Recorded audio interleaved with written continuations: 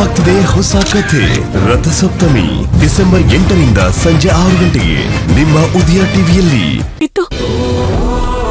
ನಾನ್ ಬಂದಿಲ್ಲ ಅಂದಿದ್ರೆ ಇವತ್ತಿಗೆ ಈ ಸಮಸ್ಯೆ ಎಲ್ಲ ತೀರ ಹೋಗಿರ್ತಿತ್ತು.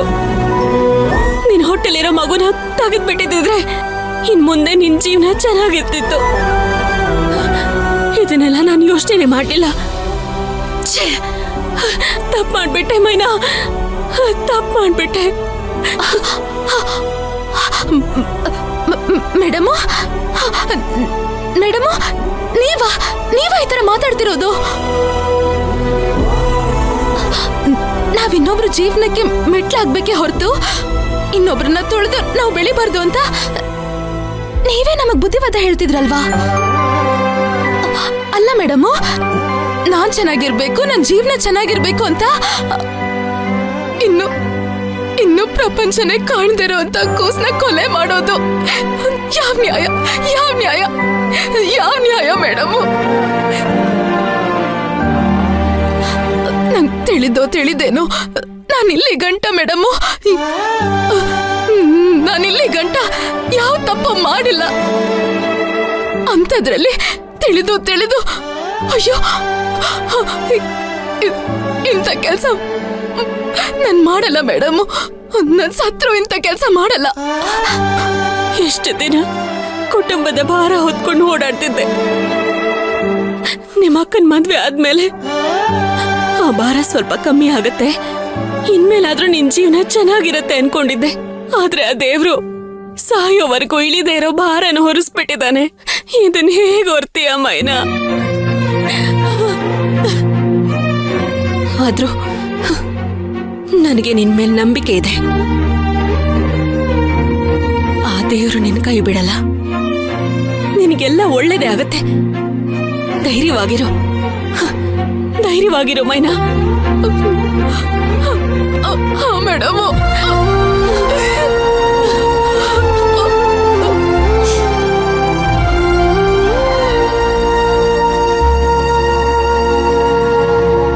ಅಬೋಷನ್ ಮಾಡ್ಸಕ್ ಹೋಗಿಲ್ಲ. ಇವ್ರು ಯಾಕೆ ತಡೆದ್ರು ಅದನ್ನ? ಅವಳ ಹೊಟ್ಟೆಲಿರೋ ಮಗುನ್ ತೆಗೆದ್ಬಿಟ್ಟಿದ್ರೆ ಅವಳ ಪ್ರಾಬ್ಲಮ್ ಜೊತೆ ನನ್ ಪ್ರಾಬ್ಲಮ್ ಸಾಲ್ವ್ ಆಗ್ಬಿಡ್ತಿತ್ತು.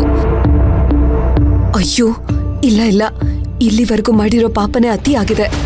ಅವಳೇ ಆ ಮಗುನ್ ತೆಗ್ಸಿದ್ರು ಆ ಪಾಪದಲ್ಲಿ ನಂದು ಪಾಲೇ ಇರುತ್ತೆ. ಅಂತ ತಪ್ಪು ಮಾಡೋದ್ ಬೇಡ.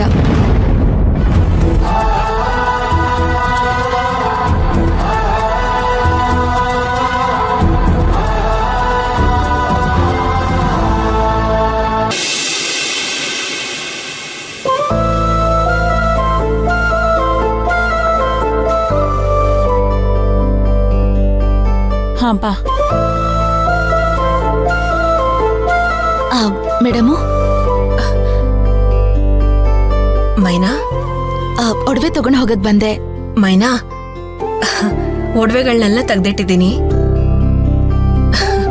ಮೈನಾ, ಇದು ಬರೀ ಒಡವೆಗಳಲ್ಲ, ನಿನ್ನ ಶ್ರಮದ ಫಲ. ಇದನ್ನ ಸಂಪಾದನೆ ಮಾಡೋದಕ್ಕೋಸ್ಕರ ನೀನು ಎಷ್ಟು ಕಷ್ಟಪಟ್ಟಿದ್ಯಾ ಅಂತ ನನಗೆ ಚೆನ್ನಾಗಿ ಗೊತ್ತು. ಎಲ್ಲ ಸರಿಯಾಗಿದ್ಯಾ ಅಂತ ಒಂದ್ಸರಿ ಚೆಕ್ ಮಾಡ್ಕೊ. ಅಯ್ಯೋ, ಏನ್ ಮೇಡಮ್ ನೀವು ನಿಮ್ಮೇಲೆ ಅನುಮಾನ ಪಡೋದಾ? ಅನುಮಾನ ಅಲ್ಲ ಮೈನಾ, ನಾನ್ ಯಾವ್ದಾದ್ರೂ ಒಡವೆನ ಕೊಡೋದ್ ಮರ್ತಿರ್ಬೋದೇನೋ ಅಂತ ಒಂದ್ಸರಿ ಚೆಕ್ ಮಾಡ್ಕೊ.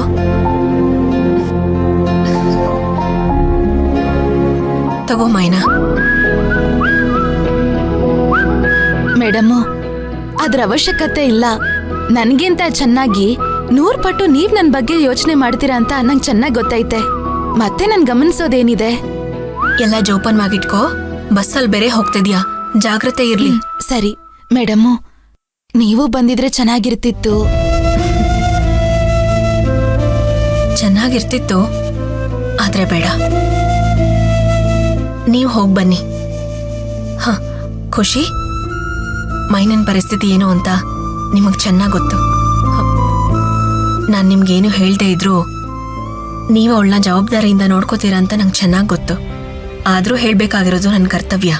ಈ ಮದ್ವೆ ಮುಗಿಯೋವರೆಗೂ ನೀವಿಬ್ರು ಅವಳ ಜೊತೆಲಿದ್ದು ಅವಳನ್ನ ಚೆನ್ನಾಗಿ ನೋಡ್ಕೋತೀರಾ ಅಲ್ವಾ? ಡೋಂಟ್ ವರಿ ಮ್ಯಾಮ್, ನಾವು ನೋಡ್ಕೋತೀವಿ. ಮೈನಾ, ನಿಮ್ಮ ಅಕ್ಕನ ಮದ್ವೆ ಮುಗಿಯೋವರೆಗೂ ಅವ್ರ ಜೊತೆ ಖುಷಿಯಾಗಿದ್ದು ಕಾಲ ಕಳೆದ್ಬಿಡ್ಬಾ. ನೀನು ವಾಪಸ್ ಬಂದ್ಮೇಲೆ ಏನ್ ಮಾಡ್ಬೇಕು ಅಂತ ಯೋಚನೆ ಮಾಡೋಣ. ನಾವೆಲ್ಲ ನಿನ್ ಜೊತೆ ಇರ್ತೀವಿ, ಭಯ ಪಡ್ಬೇಡ. ಮೇಡಮು, ಇಲ್ಲಿ ಗಂಟ ನನ್ನ ಜೀವನ ನಾನ್ ನಿರ್ಧಾರ ಮಾಡ್ದಂಗ್ ಯಾವ್ದೂ ನಡೆದಿಲ್ಲ. ನನ್ ಜೀವನ ತರೆಗೆಲೆ ಹೆಂಗೆ ಗಾಳಿ ಯಾವ ಕಡೆ ಬೀಸತ್ತೋ ಹಂಗೋಗ್ತೈತೆ. ಈಗ್ಲೂ ಅಷ್ಟೇ, ಅಕ್ಕನ್ ಮದ್ವೆಗ್ ಹೋಗ್ತೀನಿ. ಅಕ್ಕನ್ ಮದ್ವೆ ಎಲ್ಲ ಮುಗಿದ್ಮೇಲೆ ಆ ವಿಧಿ ನನ್ನನ್ ಯಾವ ಕಡೆ ಗೆಳ್ಕೊಂಡು ಹೋಗತ್ತೋ ಆ ದಿಕ್ಕಲ್ ಸಾಕ್ತೀನಿ. ಇನ್ಮೇಲೆ ಬಂದದನ್ನ ಬಂದಂಗೆ ನಾನು ಸ್ವೀಕರಿಸ್ಬೇಕು ಅಂತ ನಿರ್ಧಾರ ಮಾಡ್ಬಿಟ್ಟಿವ್ನಿ ಮೇಡಮ್ಮು. ನೋಡೋಣ ಏನೇನಾಗುತ್ತೋ ಅಂತ. ಮೈನಾ, ಸಾವೇ ಬಂದ್ರೂ ಜೀವ ತೆಗಿಯಲ್ಲ ಅನ್ನೋ ನಿನ್ ನಿರ್ಧಾರನ ನಾನು ಒಪ್ಕೋತೀನಿ. ಯಾಕೆ ಅಂದ್ರೆ ತಾಯಿ ಆದವಳು ಜೀವನ ಕೊಡ್ತಾಳೆ ಹೊರತು ತೆಗಿಯಲ್ಲ. ಇದ್ರ ಬಗ್ಗೆ ಇನ್ನೂ ತುಂಬಾ ಮಾತಾಡೋದಿದೆ.